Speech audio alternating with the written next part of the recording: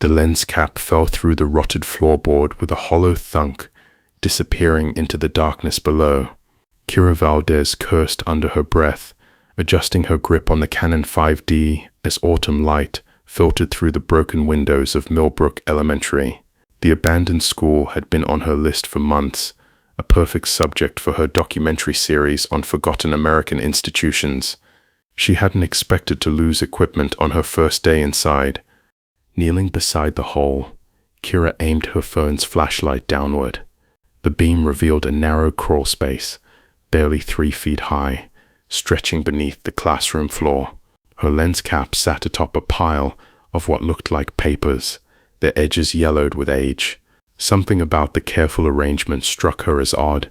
Debris didn't typically organize itself into neat stacks. The floorboard creaked ominously as she shifted her weight, testing its stability. 37 years of neglect had not been kind to Millbrook Elementary.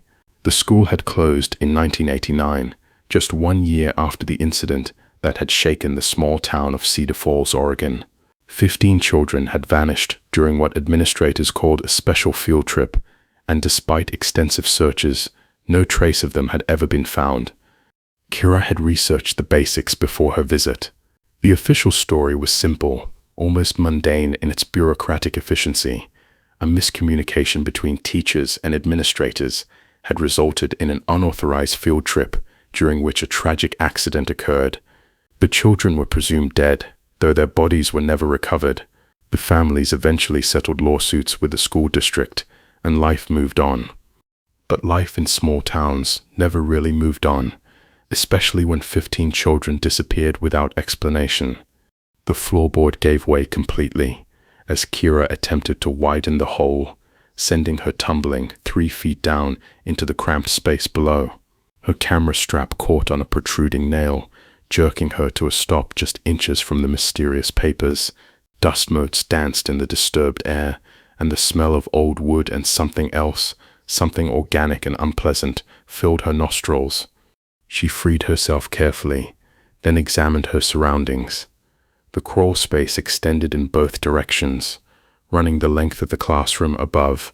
Pipes and electrical conduits snaked along the ceiling, their surfaces thick with decades of dust. But it was the papers that demanded her attention.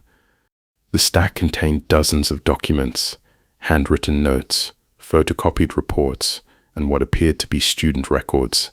Kira's hands trembled slightly as she lifted the top sheet, a memo dated October 12, 1988, 3 days before the children vanished. Memo, confidential from Principal Dalton Cray, to selected faculty, Project Shepherd, Phase 2, Implementation. The program has received final approval from our benefactors. Selected students have been identified based on established criteria. Remember, complete discretion is essential. Cover story materials will be distributed tomorrow morning. Attendance records must reflect normal school day operations. Transportation has been arranged. Dr. Henley's facility is prepared to receive the group at 0900 hours on October 15. All participating faculty should review attached protocols immediately. Destroy this memo. After reading, Kira's breath caught in her throat. The memo's clinical language felt wrong, deeply wrong, in ways that made her photographer's instincts scream warnings. She photographed the document carefully, then continued through the stack. Student records followed, each marked with red ink notations. Approved, selected, Phase 2 candidate. The children's names were listed alongside disturbing assessments, socially isolated, minimal family oversight, behavioral compliance indicators positive. At the bottom of the stack, a handwritten note on torn notebook paper. They are not coming back. I heard them talking about the permanent solution. Someone has to know what really happened here. If something happens to me, look for the room behind the boiler. The truth is there. E.T. The initials meant nothing to Kira, but the desperation in the handwriting was unmistakable. Someone had hidden these documents deliberately, creating a breadcrumb trail for future discovery. The question was, Why had it taken 37 years for anyone to find them? October 15th, 1988. 10-year-old Ember Thorne pressed her face against the school bus window, watching Cedar Falls shrink behind them. The other 14 children chattered excitedly about their special field trip, but something felt wrong to Ember. Her teacher, Mrs. Kowalski, sat rigid in the front seat, staring straight ahead with an expression Ember had never seen before. "Where are we going again?" asked Jamie Morrow, a freckled boy from Ember's math class. "Educational facility," Mrs. Kowalski replied without turning around. "Very special program. You should all feel honored to be selected." But Ember remembered the selection process differently. She remembered being pulled from regular classes for assessments with strange adults who asked unusual questions. Did she have close friends? How often did her parents check her homework? What did she do when she felt scared or alone? The bus turned onto a gravel road, then through gates marked with signs Ember couldn't quite read from her seat. The facility ahead looked nothing like the science museum they'd been promised. Low concrete buildings surrounded a central courtyard, their windows small and high. Men in white coats waited by the entrance, clipboards in hand. "I want to go home," whispered Sarah Chen, the smallest girl in their group. Mrs. Kowalski finally turned around, and her expression made Ember's blood turn cold. "That's not an option anymore, dear." Present day. Kira's hands shook as she photographed each document, her mind racing through implications she didn't want to consider. The memo's reference to Dr. Henley's facility and permanent solution painted a picture far darker than any official report had suggested. She climbed out of the crawl space, her equipment bag heavier with newfound evidence. The afternoon sun had shifted, casting long shadows through the abandoned classroom. For the first time since entering the building, she felt watched. Her phone showed no signal, typical for rural Oregon's mountain communities. She'd have to drive back to town before she could begin researching the names and references in the documents. But first, she needed to find the room behind the boiler that the mysterious note had mentioned. The school's basement lay behind a heavy metal door, marked "Otariite Personnel Only." The lock had long since rusted away, leaving the door slightly ajar. Kira's flashlight beam revealed a maze of pipes and machinery, the skeleton of the building's former life. The boiler dominated the far end of the space, a massive iron beast surrounded by a web of ducts and valves. But behind it, barely visible in the shadows, was another door. This one was newer, its paint less faded than the surrounding walls. The handle turned easily. The room beyond defied explanation.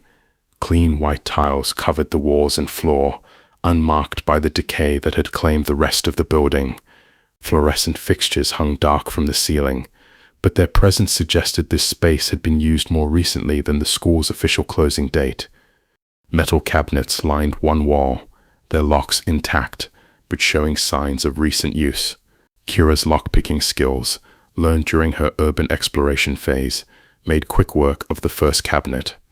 Inside, more files, these marked with dates from the 1990s, 2000s, and beyond. The program, whatever it was, hadn't ended with the school's closure. It had simply moved underground. A sound from above froze her in place. Footsteps, deliberate and heavy, crossed the floor directly overhead. Someone else was in the building. Kira killed her flashlight and pressed against the cabinet, heart hammering. The footsteps paused, then continued with purpose toward the basement stairs. Whoever was up there knew exactly where they were going. The documents in her bag suddenly felt like evidence in a criminal case, which she was beginning to suspect they were. But evidence of what, and how many people had died to keep these secrets buried? The basement door opened with a rusty squeal, and a beam of light swept across the boiler room. Kira held her breath, calculating distances to possible exits. The hidden room had no windows, no alternate routes. If discovered, she'd be trapped. "I know you are down here," a voice called, male and older, with the authority of someone accustomed to being obeyed. There's no point hiding. Security cameras caught your car in the parking lot an hour ago. Security cameras? At an abandoned school? The lie was obvious, but it confirmed what Kira was beginning to understand. Millbrook Elementary wasn't as abandoned as it appeared. The footsteps approached the boiler, then stopped. A long silence stretched between them, predator and prey frozen in a deadly game of patience. "Miss Valdez," the voice continued, and Kira's blood turned to ice. He knew her name. Documentary photographer, specializes in abandoned places. Quite the portfolio online. It would be unfortunate if something happened to such a talented young woman. How could he possibly know who she was? She'd told no one about this location, had planned the visit in complete secrecy, unless they'd been watching her approach this investigation long before she'd found the first document. The light beam swept closer to the hidden door. In seconds, she'd be discovered. The files in her bag contained evidence of crimes spanning decades, and the man searching for her clearly had resources and connections that extended far beyond an abandoned school. Kira made a decision that would change everything. Instead of waiting to be found, she stepped into the doorway, camera raised, and triggered the flash. The sudden burst of light revealed a man in his 60s, dressed in an expensive suit that looked wildly out of place in the derelict basement. His face, momentarily stunned by the unexpected illumination, was etched with the kind of authority that came from decades of unopposed power. "Sheriff Dalton Cray," Kira said, recognizing him from old newspaper photos. The man who had been principal during the 1988 incident, who had somehow transitioned from education to law enforcement, still protecting the scene of the crime after all these years. Cray's expression shifted from surprise to calculation. "You have no idea what you have stumbled into, Miss Valdez. These are dangerous waters for someone without proper authorization." "Authorization? From whom?" Kira kept her camera ready, finger on the shutter release. "The same people who authorized Project Shepherd?" The name hit Cray like a physical blow. His hand moved instinctively toward his hip, where a service weapon rested in its holster. "Those documents are classified materials," he said slowly, "property of ongoing federal investigations. Removing them from this site constitutes a serious felony." "Federal investigations that have been ongoing for 37 years. Kira backed toward the cabinet, keeping distance between them. "Investigations that somehow missed all this evidence conveniently hidden in the school basement? There are larger considerations at play here, national security implications that you couldn't possibly understand. I understand that 15 children vanished, and someone went to great lengths to hide the truth about what happened to them." Cray's radio crackled to life, a dispatcher's voice requesting his location. He keyed the mic without taking his eyes off Kira. "Unit 7, responding to security breach at former Millbrook site. Request immediate backup and evidence recovery team." The words confirmed Kira's worst fears. This wasn't a chance encounter or simple trespassing incident. The facility was actively monitored, probably had been for decades. The question was, by whom and why? "You have two choices," Cray continued, his hand still resting on his weapon. "Surrender those documents and walk away, or become part of a much larger problem that extends well beyond Cedar Falls." Kira's mind raced through possibilities. The files in her bag contained evidence of systematic crimes, but without context or corroboration, they might be dismissed as forgeries or conspiracy theories. She needed more information, needed to understand the scope of what she discovered. But first, she needed to survive the next few minutes. "What happened to Ember Thorne?" she asked, playing for time. The initials ET from the hidden note had to belong to someone, and that someone might still be alive. Cray's expression flickered, just for an instant, with something that might have been regret. "Some questions are better left unasked," he said. The sound of approaching vehicles echoed from the parking lot above. Backup was arriving, and with it, Kira's chances of escaping with the evidence were rapidly diminishing. She made a desperate calculation. The files contained references to other locations, other names, other pieces of a puzzle that extended far beyond this single building. If she could get the information to someone who could act on it, someone beyond the reach of whatever network Cray represented, the truth might still come to light. But that required surviving long enough to make the call. Ember Thorne survived, didn't she? Kira pressed, watching Cray's face for tells. She's the one who hid these documents. She's been trying to expose the truth for decades. Ember Thorne died in 1988 with the rest of them, Cray replied, but his voice carried a tremor of uncertainty. Official records are quite clear on that point. Official records prepared by the same people who authorized Project Shepherd. The radio crackled again. Unit 7, we have the building surrounded. Civilian vehicle secured, awaiting instructions. Kira realized with crystal clarity that she was about to disappear, just like 15 children had disappeared 37 years ago. The pattern was repeating itself, and she was powerless to stop it. Unless her finger found her phone's emergency recording function, the one that automatically uploaded to cloud storage. If she couldn't escape with the evidence, she could at least ensure it survived her. For the record, she said loudly, aiming the phone toward Cray. Sheriff Dalton Cray, former principal of Millbrook Elementary, has just threatened me with a weapon for discovering evidence related to Project Shepherd and the disappearance of 15 children in 1988. Cray lunged forward, reaching for the phone, but Kira was faster. She triggered the camera flash again, momentarily blinding him, then bolted for the basement stairs. The stairwell erupted with shouts and radio chatter as multiple figures in tactical gear descended toward her. Kira realized with horrifying clarity that this was no ordinary police response. These were professionals, equipped and trained for operations that extended far beyond local law enforcement capabilities. She was trapped between Cray below and the tactical team above, with nowhere to run and evidence that people had killed to protect. But as she pressed against the stairwell wall, desperately seeking any possible escape route, her fingers brushed against something unexpected, a small metal plate set into the concrete block, nearly invisible in the shadows. The plate moved under pressure, revealing a narrow passage that led somewhere. Without hesitation, Kira squeezed through the opening, dragging her equipment bag behind her.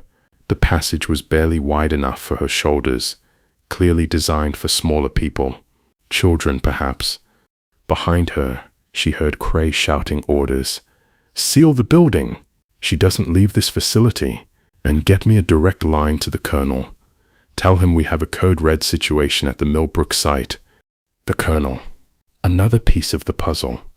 Another name to add to her growing list of questions. The passage led upward, emerging through a concealed panel in what had once been the school's supply closet. Kira found herself on the first floor again, but now she could hear tactical teams moving through the building with systematic precision. She had minutes, maybe less, before they found her. Her phone showed a single bar of signal, enough for one crucial call. She scrolled through her contacts, looking for someone who could act on what she discovered, someone beyond the reach of whatever network was trying to silence her. The name that appeared made her pause. Marcus Webb, investigative journalist for the Portland Tribune, someone she'd worked with on previous documentary projects, someone with resources and connections that might be able to protect both her and the evidence she'd found. But as she started to dial, a child's voice echoed through the empty hallway, clear as if someone were standing right beside her. "Help us, please. We are still here." Kira spun around, but the hallway was empty. The voice had been so distinct, so desperate, that for a moment she'd forgotten where she was. Then she understood. The children weren't dead. Somehow, impossibly, they were still here. and they were calling for help. The voice came again, fainter this time, but unmistakably real. "Third floor. Behind the art room. Hurry." Kira's hands trembled as she pocketed her phone. The call to Marcus Webb forgotten in the face of this impossible revelation. The tactical teams were closing in, their radio chatter echoing through the building's corridors. But somewhere in this structure, someone was alive and asking for help. She moved toward the stairwell, each step calculated to avoid the creaking boards that might give away her position. The voices of the search team grew louder behind her, their systematic sweep of the first floor driving her inexorably upward. The second-floor hallway stretched before her, like a tunnel of shadows, classroom doors hanging open like empty mouths. But it was the third floor that called to her, where 37 years ago, children had created art projects that still decorated the walls in faded, peeling remnants. "Art room," the voice had said. Kira's flashlight beam swept across door plaques, most of them cracked or missing entirely. But at the far end of the hall, a door marked Creative Arts, Marcelina Voss, stood slightly ajar. The smell hit her before she saw anything else, not the mustiness of abandonment, but something organic and recent. Food. Someone had been eating here. And recently, inside the art room, easels stood like skeletal sentries, their canvases long since rotted away, but beyond them, almost invisible in the shadows, was another door. This one bore no marking, its existence hidden behind a strategically placed supply cabinet. Kira pushed the cabinet aside, its legs scraping against the floor with a sound that made her wince. Behind it, the unmarked door opened to reveal a narrow staircase leading upward into darkness. "Up here," the voice called, clearer now, definitely female, with the careful pronunciation of someone who had spent years learning to speak quietly. "But be careful, they have motion sensors on the main roads." Motion sensors. In an abandoned school, the implication sent ice through Kira's veins. But she climbed anyway, her equipment bag banging softly against the narrow walls. The staircase ended at what had once been an attic storage space, but it had been transformed into something entirely different. Sleeping bags lined one wall, carefully arranged to be invisible from below. A small camping stove sat cold on a makeshift table, surrounded by canned goods and bottled water. Someone had been living here, surviving here for years. In the far corner, partially hidden behind hanging sheets, a figure sat hunched over what appeared to be a laptop computer. The screen's glow illuminated a face that Kira recognized from the faded school photos she'd researched. Older now, marked by decades of fear and hardship, but unmistakably the same person. "Ember Thorne," Kira whispered. The woman looked up, and her eyes held depths of pain that no 39-year-old should carry. "You are the photographer, the one asking questions about Project Shepherd." "You have been watching me." "I have been watching everyone who comes near this place for 20 years. Most of them work for the people who took my friends. You are different. You actually care about finding the truth." Ember stood slowly, her movements careful and deliberate, like someone accustomed to staying hidden. She was smaller than Kira had expected, her body bearing the compact strength of someone who had learned to survive on the margins of society. "The documents you found," Ember continued, "they are just the beginning. The real evidence is up here."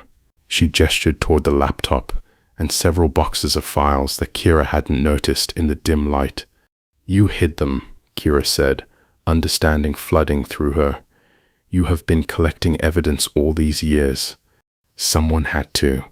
The families were paid to stay quiet. The officials were transferred or promoted, and the files were sealed. But I remembered everything, every face, every name, every detail of what they did to us." October 15th, 1988, 20:30 p.m. Kingsane 2:03 p.m. Toe 3 team. The White Room had no windows, no clocks, nothing to indicate how much time had passed since the children had been separated from each other. Ember pressed her ear against the door, listening for sounds that might tell her where her friends had been taken. She had been left alone for what felt like hours, with only a cup of water and a bland sandwich that tasted like cardboard. The adults in white coats had asked her questions, written notes on their clipboards, and spoken in whispers that she couldn't quite hear. But she had heard enough.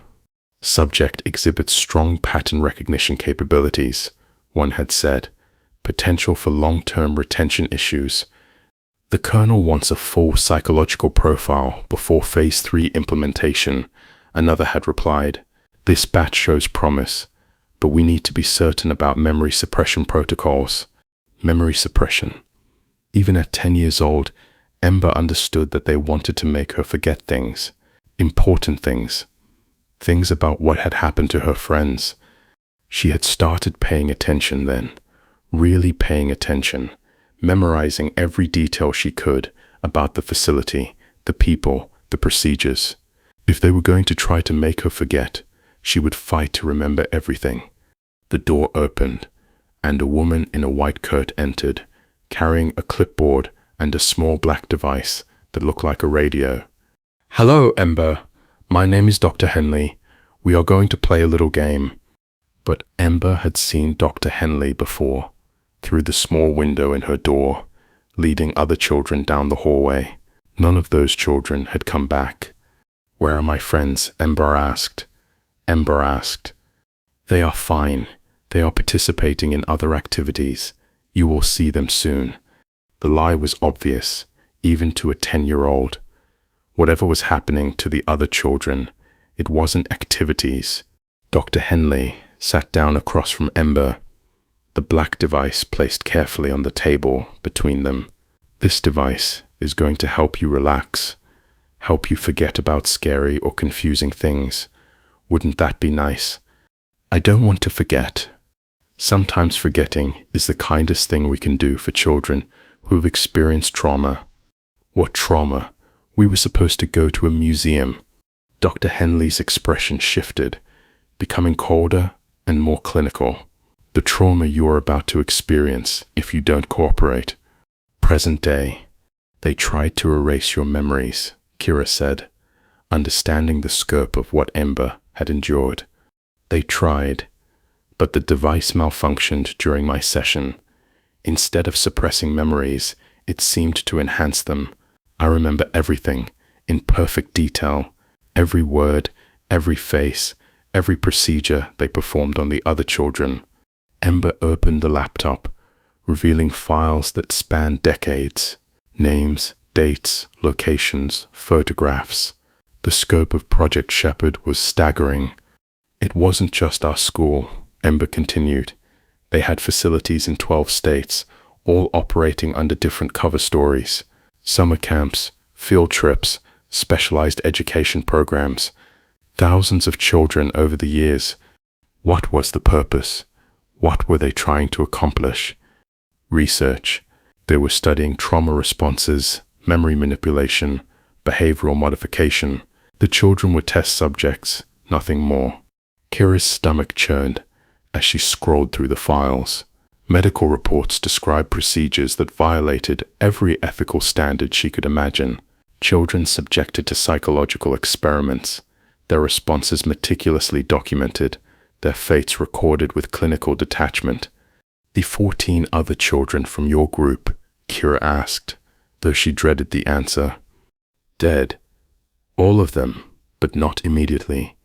They were kept alive for months, sometimes years, depending on how they responded to the treatments. The ones who showed promise were transferred to long-term facilities." "And you escaped?" "I was rescued by someone inside the program who had developed a conscience. Dr. Sarah Moss, one of the researchers, she helped me get out during a transfer between facilities, but she was killed before she could expose the whole operation." Ember pulled up another file, this one containing audio recordings. "But she left me these before she died. Recorded conversations between the program administrators, discussing expansion plans, future targets, budget allocations. She clicked play, and a familiar voice filled the small space. The Millbrook site exceeded all expectations. 15 subjects processed with minimal outside interference. The cover story held up perfectly, and the families accepted the settlement payments without question. I recommend we expand operations to include 3 additional sites next fiscal year. Sheriff Dalton Cray's voice, recorded in 1989, discussing the children as if they were inventory items in a business transaction. He was never just a principal or a sheriff, Ember explained. He's been a coordinator for the program since its inception. The education and law enforcement positions were just cover identities. What about the colonel? Cray mentioned him during our confrontation. Ember's expression darkened. Colonel William Marsh, retired Army intelligence. He founded Project Shepherd in 1975 as a joint military-civilian research initiative. Officially, it was terminated in 1995 following congressional oversight hearings. Unofficially, it just went deeper underground. The laptop screen showed organizational charts that resembled corporate structures more than government agencies. Multiple layers of subsidiaries, front companies, and research foundations, all ultimately controlled by a small group of individuals who had operated with impunity for decades. They are still active, Kira said, the reality sinking in. That's why the school was being monitored. They are still using it. The basement facility you found is just a storage and processing center. The main operations moved to private locations years ago, but they keep the original sites as archives and fallback positions. A sound from below interrupted their conversation. Heavy footsteps on the hidden staircase. The tactical team had found the concealed entrance. We need to leave, Ember said, already moving toward a section of the wall that Kira hadn't noticed before. Now, but as Ember pushed against what appeared to be solid wood paneling, revealing another hidden passage, Kira realized she couldn't leave. Not yet. The evidence, she said, gesturing toward the boxes of files. We can't let them destroy it. I have copies. Multiple copies, stored in different locations. The important thing is keeping you alive long enough to help me get the story out. There has to be more. Other survivors, other witnesses, people who can corroborate what you have found. Ember paused in the doorway of the hidden passage. There are, but they are all terrified. Marsh's network has unlimited resources and no moral boundaries.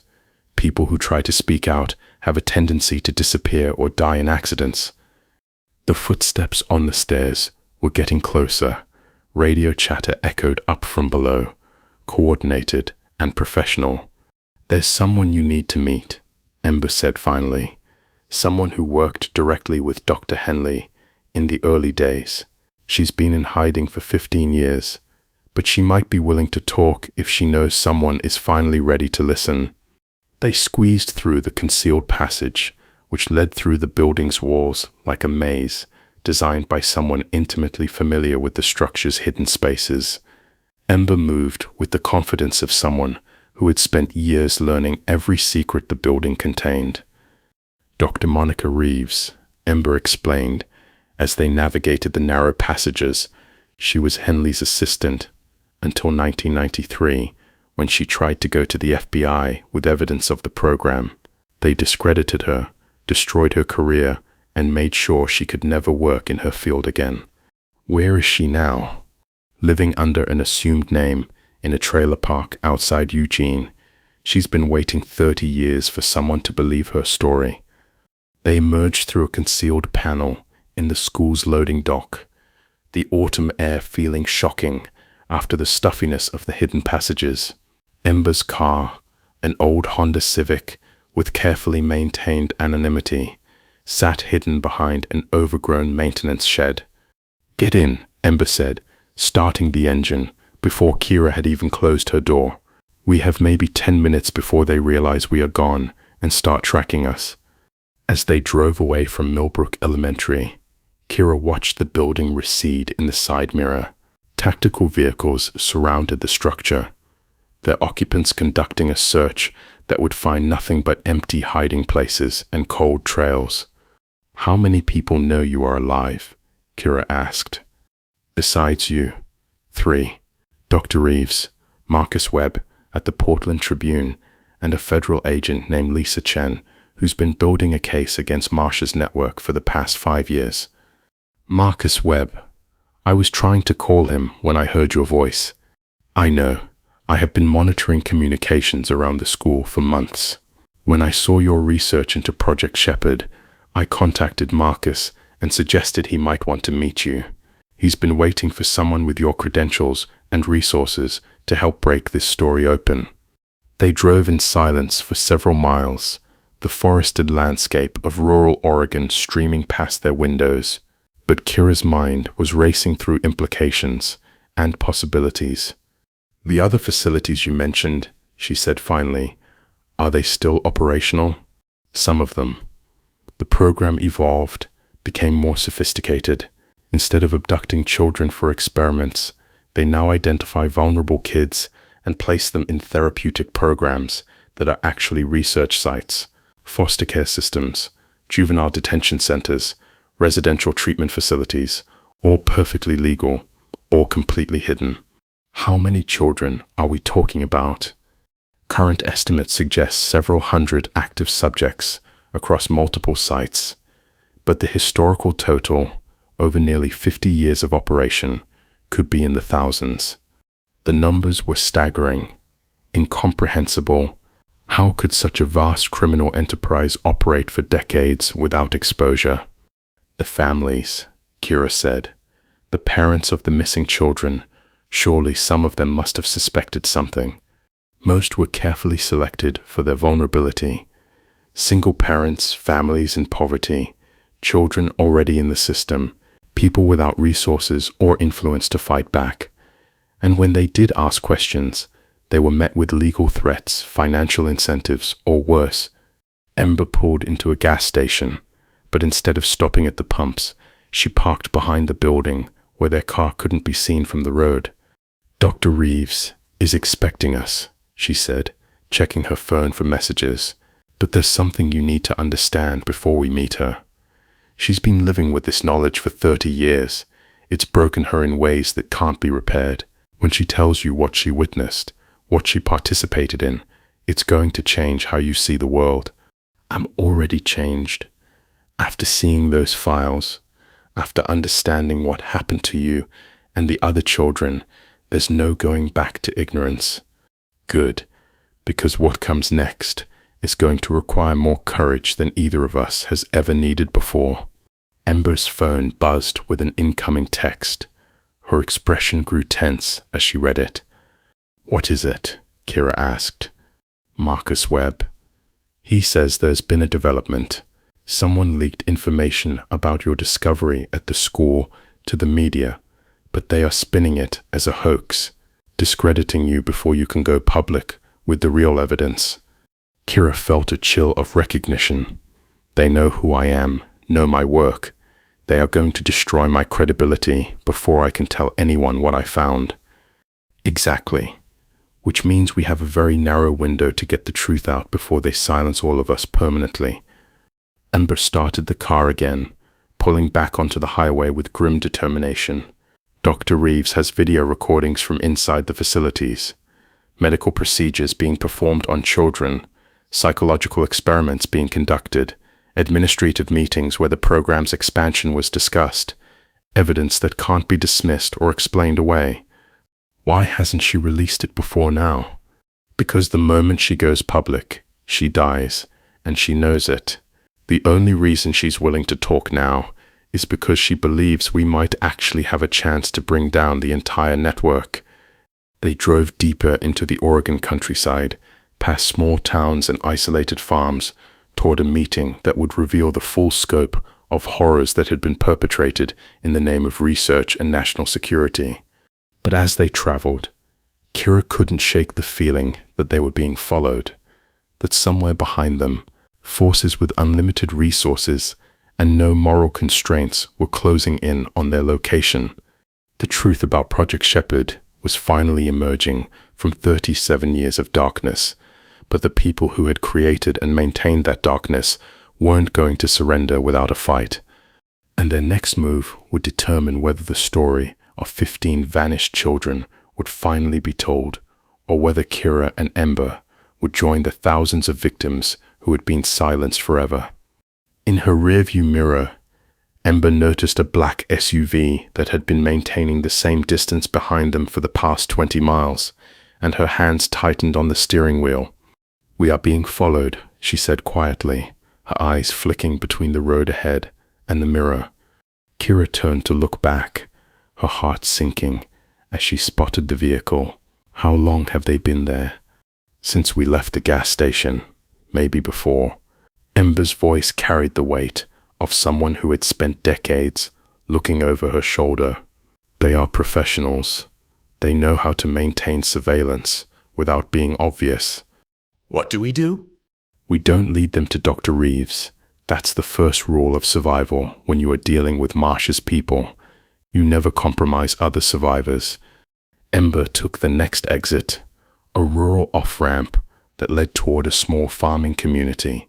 The SUV followed, maintaining its distance, but clearly committed to the pursuit. "There's a truck stop about 5 miles ahead," Ember said, consulting the GPS on her phone. "Multiple exit routes, lots of civilian traffic. If we can lose them there, we might be able to double back and reach Dr. Reeves safely."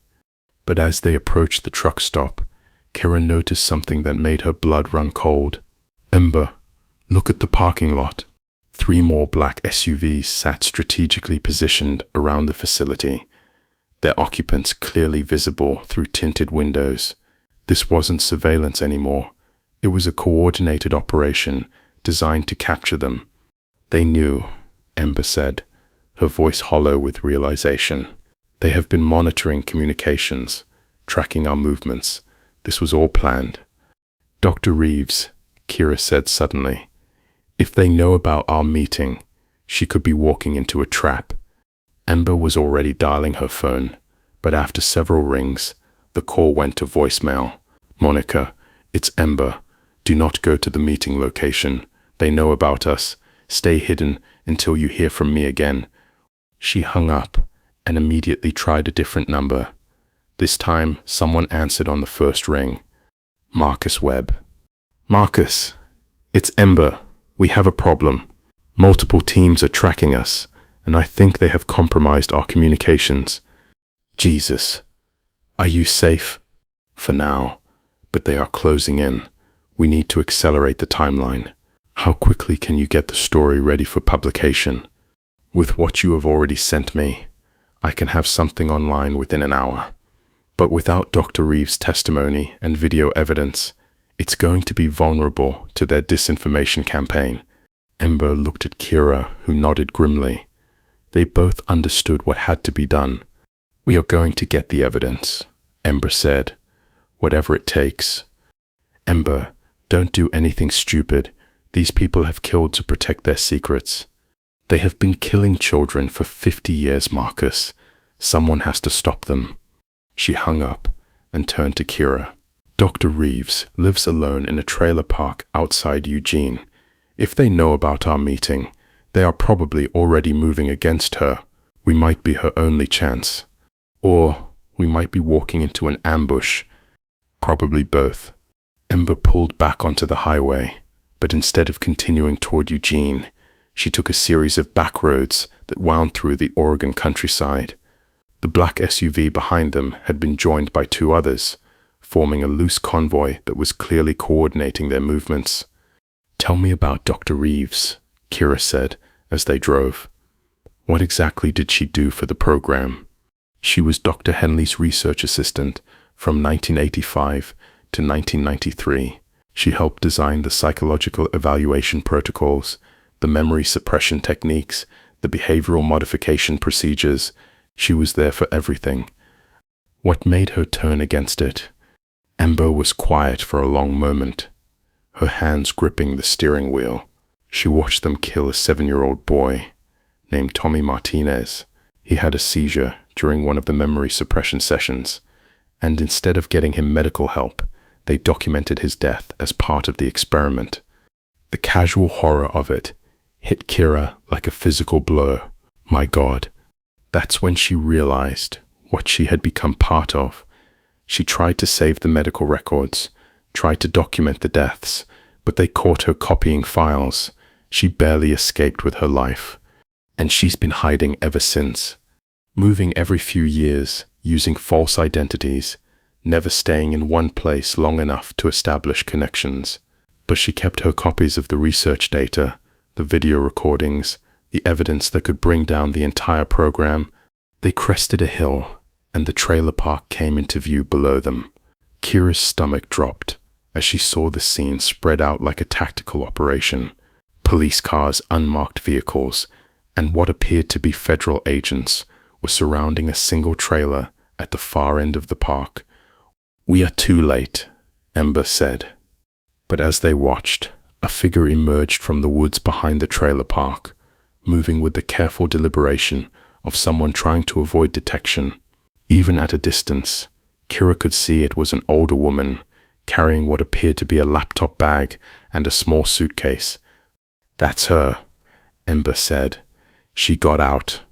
Dr. Monica Reeves had spotted their car and was making her way toward them, staying in the tree line to avoid the law enforcement presence below. When she reached the road, Ember pulled over, and Dr. Reeves quickly got into the back seat. "They came for me 20 minutes ago," she said without preamble. "Full tactical team, federal warrants. If I hadn't been watching the road, they would have had me." Dr. Reeves was in her 70s, with the kind of weathered face that spoke of decades spent looking over her shoulder, but her eyes were sharp and alert, and the laptop bag she clutched suggested she had managed to escape with the evidence they needed. "Do you have the recordings?" Kira asked. "Everything. Medical procedures, administrative meetings, budget discussions, research protocols. 30 years of documentation showing exactly what Project Shepherd has been doing to children. We need to get this information to Marcus Webb immediately," Ember said, "before they can shut down our ability to communicate." But Dr. Reeves shook her head. "It's too late for that. They have been monitoring all electronic communications for the past 6 hours. Any attempt to transmit this data will be intercepted and blocked. Then, what do? We go old school, physical media, hand delivery, multiple copies distributed simultaneously to different news outlets." Dr. Reeves opened her laptop and began transferring files to several flash drives. "I have been preparing for this day for 15 years.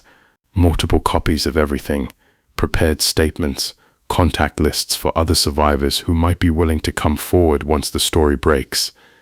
As she worked, she began to speak, her voice carrying the weight of decades of suppressed guilt and horror. "The children in the program weren't just test subjects," she said. "They were carefully selected for specific psychological profiles: intelligence, creativity, social isolation, family instability. The researchers believed they could create enhanced individuals through controlled trauma and memory manipulation." "Enhanced how?" Kira asked. "Increased pattern recognition, heightened sensory awareness, accelerated learning capabilities." The theory was that extreme stress, combined with memory suppression and behavioral conditioning, could unlock latent human potential. But it didn't work. It worked exactly as designed, but the cost was the complete destruction of the children's psychological integrity. They became living weapons, programmed to respond to specific triggers, incapable of forming normal human relationships. Dr. Reeves finished with the flash drives and handed one to each of them. "These contain everything: medical records, video documentation, financial records showing funding sources, organizational charts, identifying everyone involved." "What happened to the children who survived the initial experiments?" Kira asked. "Some were placed in long-term care facilities, essentially imprisoned for life. Others were released back into society with suppressed memories and embedded psychological triggers.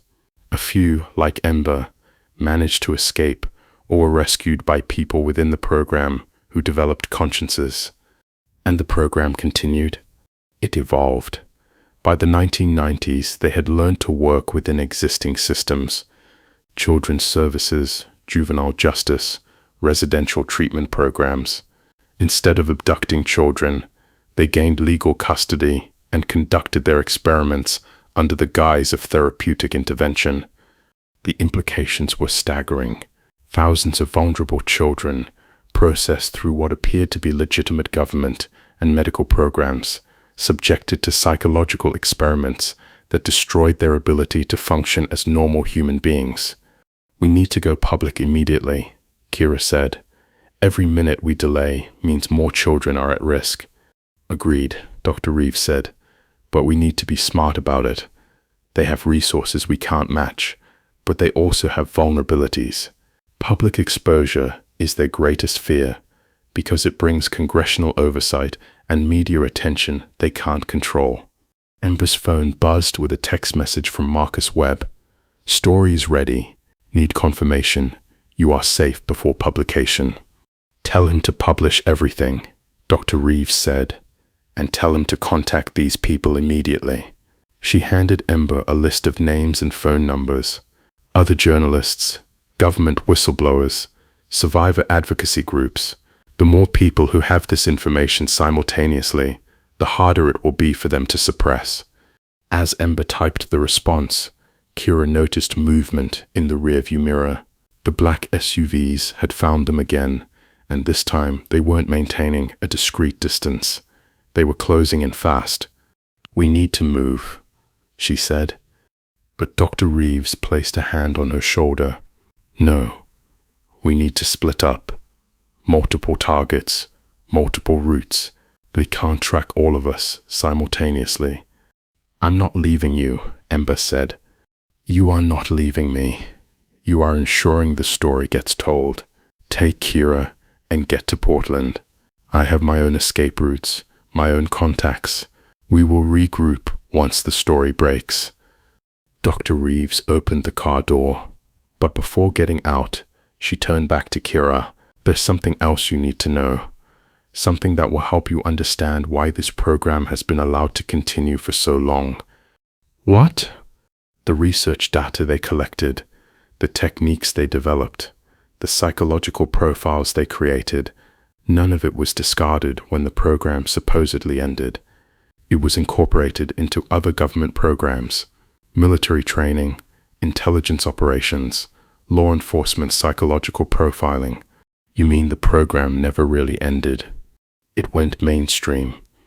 The torture techniques, the memory suppression protocols, the behavioral modification procedures, they are all being used today, legally and with full government authorization, on adults instead of children." Dr. Reeves stepped out of the car and melted into the woods with the practiced ease of someone who had spent decades evading pursuit. Within seconds, she was invisible among the trees. "Drive," Ember said urgently. "Portland, as fast as we can." As they accelerated away from the trailer park, Kira's mind reeled with the implications of what Dr. Reeves had revealed. Project Shepherd hadn't been terminated.